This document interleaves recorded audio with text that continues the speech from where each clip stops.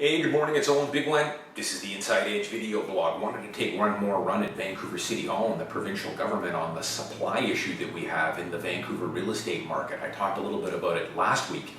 I wanted to give you a couple more examples here. I mean, you don't have to look too far. Go to Kitsilano and that Molson Brewery plot of land that was just sold to a developer, about 14 or 15 acres. I think it was sold for around $150 million. Now you've got Vancouver City Hall grandstanding saying that that land is zoned for industrial and that they are not going to rezone that for commercial, for commercial and or residential.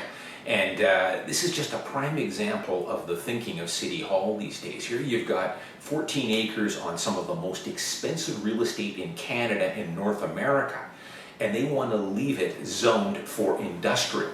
I mean, ask yourself this, you don't see a 14-acre brewery in Midtown Manhattan or in central London. They move those things outside the city for that kind of thing.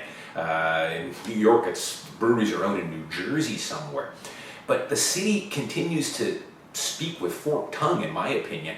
They talk about wanting to do something about affordability, and most of the reasons, most of the solutions they come up with are these unruly taxes. They want to add a foreign buyer's tax. They want to increase the down payment requirements. They want to add another layer of luxury tax or a flipping tax. What they're trying to do is curb demand when they should be greenlighting and increasing supply.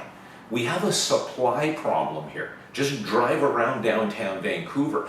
There's still buildable land, and especially around the peripheral areas of the downtown core. The problem is that the city won't rezone this from commercial or industrial to residential.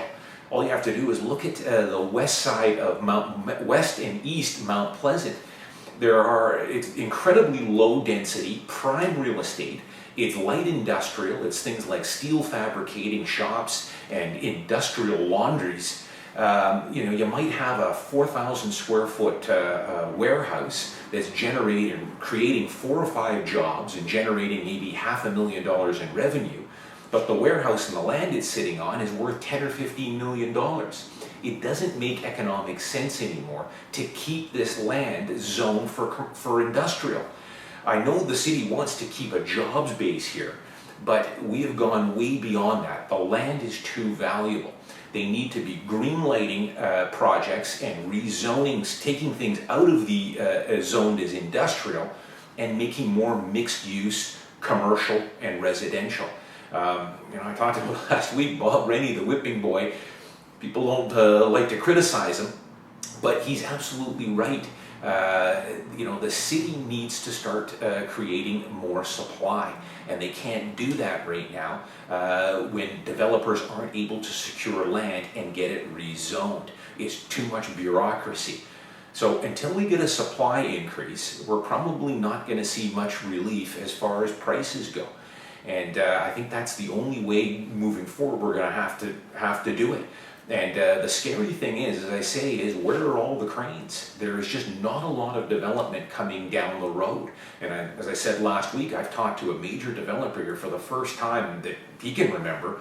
They don't have any new projects anywhere in the near future, which seems crazy to me. With this hot market, we should be seeing cranes and development and new supply coming along to keep up with this demand. I'm Owen Bigland. As always, thanks for watching. You can always reach me at owen@owenbigland.com.